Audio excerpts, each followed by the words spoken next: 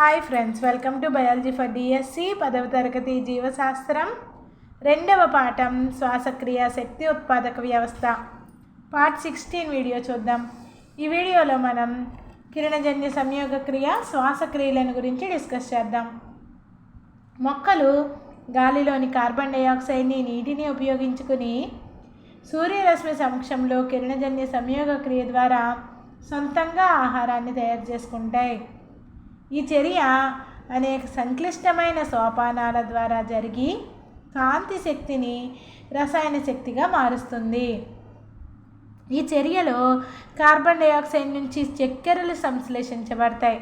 ఈ రకమైన నిర్మాణాత్మక క్రియా విధానం క్లోరోప్లాస్ట్లలో జరుగుతుంది. అంటే సరళ పదార్థాల నుండి సంక్లిష్ట పదార్థాలు ఏర్పడతాయి.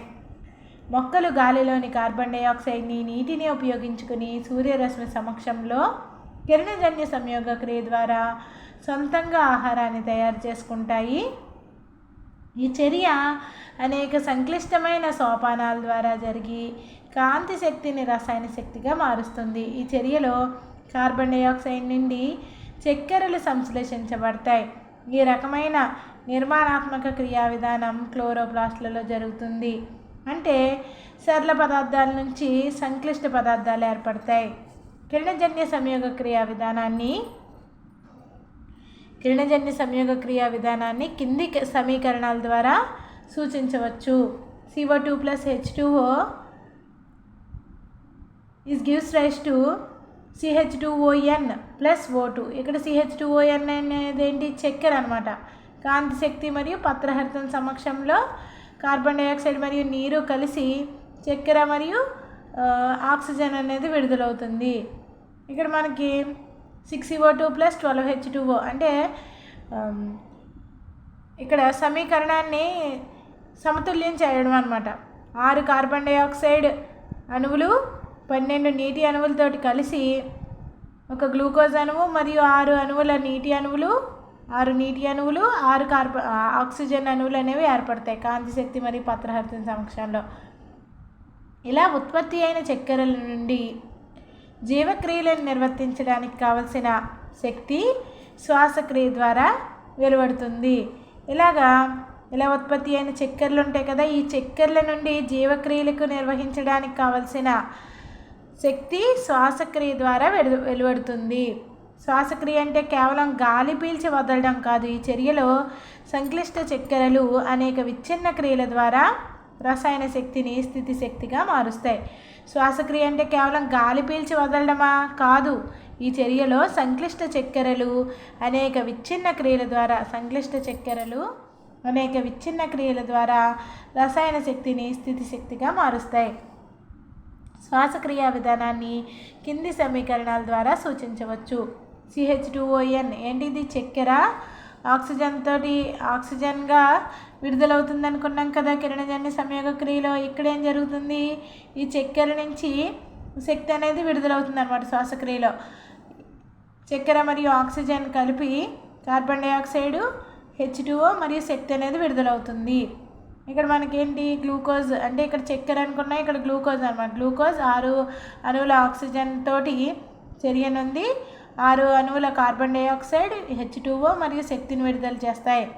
కిరణజన్య సంయోగ క్రియ శ్వాసక్రియలు చూడడానికి వ్యతిరేక చర్యలుగా కనిపించినప్పటికీ రెండింటిలో భిన్నమైన జీవరసాయనిక మార్గాలు ఉంటాయి.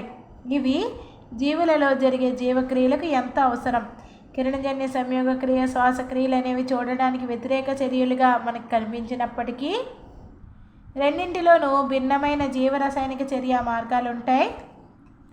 ఇవి జీవులలో జరిగే జీవక్రియలకి మెటబాలిజంకు ఎంత అవసరం. నెక్స్ట్, మొక్కలలో జరిగే జీవక్రియలకి అవసరమైన చక్కెరలు, పిండి పదార్థాలు మొదలైనవి అనేక రకాల కార్బోహైడ్రేట్ల తయారీకి దోహదపడే కిరణజన్య సంయోగ క్రియకి క్లోరోప్లాస్ట్లలో జరుగుతుంది. మొక్కలలో జరిగే జీవక్రియలకు అవసరమైన చక్కెరలు, పిండి పదార్థాలు మొదలైన అనేక రకాలైన కార్బోహైడ్రేట్ల తయారీకి దోహదపడే కిరణజన్య సంయోగ క్రియ క్లోరోప్లాస్ట్లలో జరుగుతుంది. ఎక్కడ జరుగుతుంది కిరణజన్య సంయోగ క్రియ? క్లోరోప్లాస్ట్లలో జరుగుతుంది. మైటోకాండ్రియాలలో జరిగే కణశ్వాస క్రియలో ఈ కార్బోహైడ్రేట్లు దహనం చెంది శక్తి ఉత్పన్నమవుతుంది. ఇక్కడ ఇంపార్టెంట్ మనకి ఇది. మైటోకాండ్రియాలలో ఏం జరుగుతుంది? కణశ్వాసక్రియ జరుగుతుంది కదా. ఈ కణశ్వాసక్రియలో ఈ కార్బోహైడ్రేట్లు దహనం చెంది శక్తి మైటోకాండ్రియాలలో ఉత్పన్నమవుతుంది. ఇది జీవక్రియల నిర్వహణకి ఉపయోగపడుతుంది. పగటి సమయంలో మొక్కలన్నింటిలోనూ శ్వాసక్రియ కన్నా కిరణజన్య సంయోగక్రియ చర్య రేటు ఎక్కువగా ఉంటుంది. పగటి సమయంలో మొక్కలన్నింటిలోనూ శ్వాసక్రియ కంటే ఈ కిరణజన్య సంయోగక్రియ చర్య రేటు ఎక్కువగా ఉంటుంది. రాత్రి సమయంలో దీనికి వ్యతిరేకంగా జరుగుతుంది. ఉష్ణోగ్రత, గాలిలోని తేమ, కాంతి తీవ్రత మొదలైనవన్నీ కిరణజన్య సంయోగక్రియ శ్వాసక్రియల నిష్పత్తిపై ప్రభావాన్ని చూపిస్తాయి. ఉష్ణోగ్రత, గాలిలోని తేమ, కాంతి తీవ్రత మొదలైనవన్నీ కిరణజన్య సంయోగక్రియ శ్వాసక్రియల నిష్పత్తిపై ప్రభావాన్ని చూపిస్తాయి. ఇప్పుడు మనం ఏం నేర్చుకున్నాంలోని ముఖ్య అంశాలను డిస్కస్ చేద్దాం.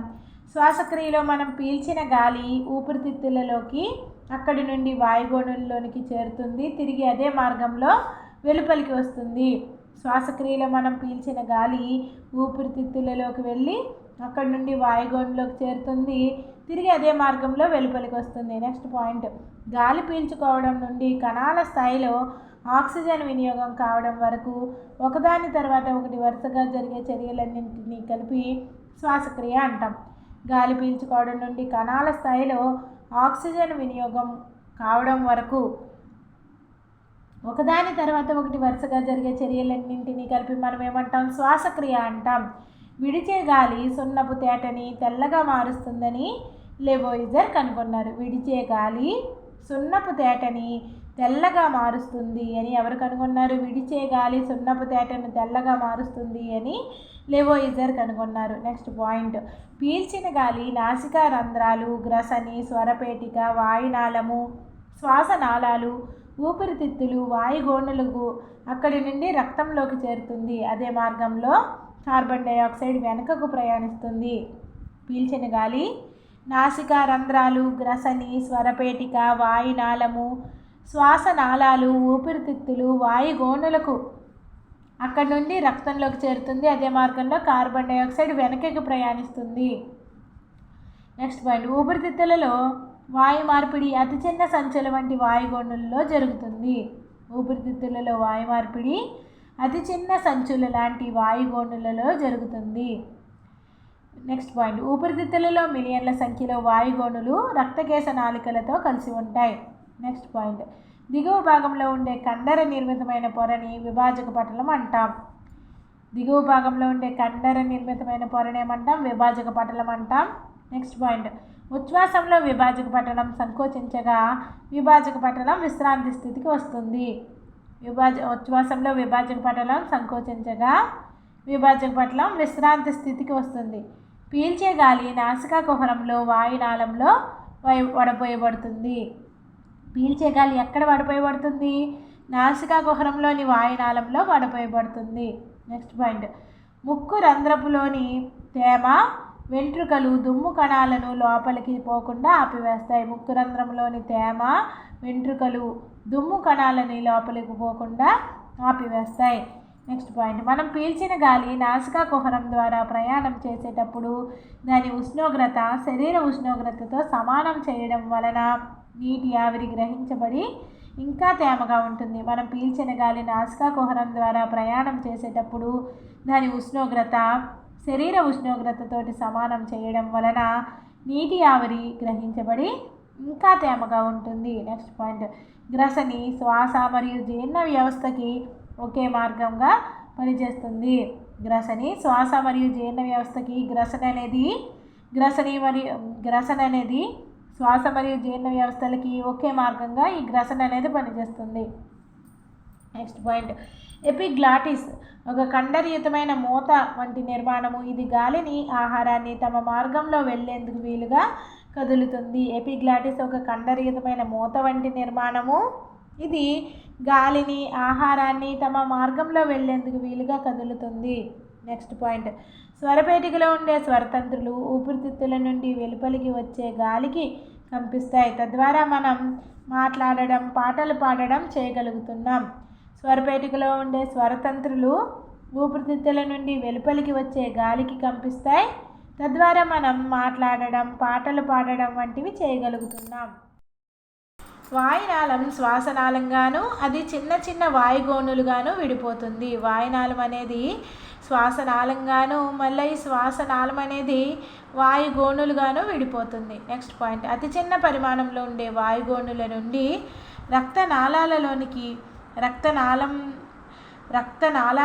రక్తంలోనికి వాయు వినిమయం అనేది జరుగుతుంది. అతి చిన్న పరిమాణంలో ఉండే వాయుగోణుల నుండి రక్తంలోనికి వాయు వినిమయం అనేది జరుగుతుంది. వాయు సహిత శ్వాసక్రియలో అధిక పరిమాణంలో శక్తి విడుదల కావడంతో పాటు నీరు, కార్బన్ డైఆక్సైడ్ వెలువడతాయి. వాయు సహిత శ్వాసక్రియలో అధిక పరిమాణంలో శక్తి విడుదలవ్వడంతో పాటు ఈ శక్తితో పాటు నీరు, కార్బన్ డైఆక్సైడ్ విడుదలవుతాయి. నెక్స్ట్ పాయింట్, ఆక్సిజన్ లభ్యత ఆధారంగా పైరువిక్ ఆమ్లము విచ్ఛిన్నం చేయబడుతూ బహుకణ జీవులు ఎక్కువ కాలం వరకు అవాయు శ్వాసక్రియను జరపలేవు. ఆక్సిజన్ లభ్యత ఆధారంగా పైరువిక్ ఆమ్లము విచ్ఛిన్నం చేయబడుతూ బహుకణ జీవులు ఎక్కువ కాలం పాటు అవాయు శ్వాసక్రియని జరపలేవు. నెక్స్ట్, తగినంత ఆక్సిజన్ అందుబాటులో లేనప్పుడు శక్తి విడుదల చేయడానికి అవాయు శ్వాసక్రియ లేదా కిణ్వనం జరుగుతుంది. తగినంత ఆక్సిజన్ అనేది అందుబాటులో లేనప్పుడు శక్తి విడుదల చేయడానికి అవాయు శ్వాసక్రియ లేదా కిణ్వనం జరుగుతుంది. నెక్స్ట్ పాయింట్, కిరణజన్య సంయోగ క్రియ, శ్వాసక్రియ వ్యతిరేకమైనవిగా కనిపించినప్పటికీ జీవక్రియలను నిర్వర్తించడానికి కావలసిన అనేక జీవ రసాయనిక చర్యలు రెండింటిలోనూ జరుగుతాయి.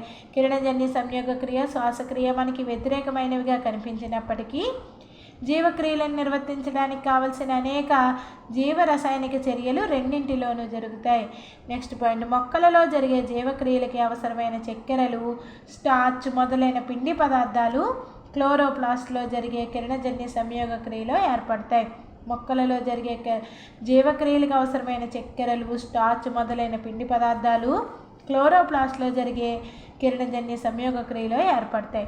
నెక్స్ట్ పాయింట్, కణశ్వాస క్రియలో మైటోకాండ్రియాలలో ఉండే కార్బోహైడ్రేట్లు దహనం చెంది రసాయన శక్తిని ఉత్పత్తి చేస్తాయి. ఇది జీవక్రియలను నిర్వర్తిస్తుంది. కణశ్వాస క్రియలలో మైటోకాండ్రియాలలో ఉండే కార్బోహైడ్రేట్లు అనేవి దహనం చెంది రసాయన శక్తిని ఉత్పత్తి చేస్తాయి. ఇది జీవక్రియలను నిర్వర్తిస్తుంది. నెక్స్ట్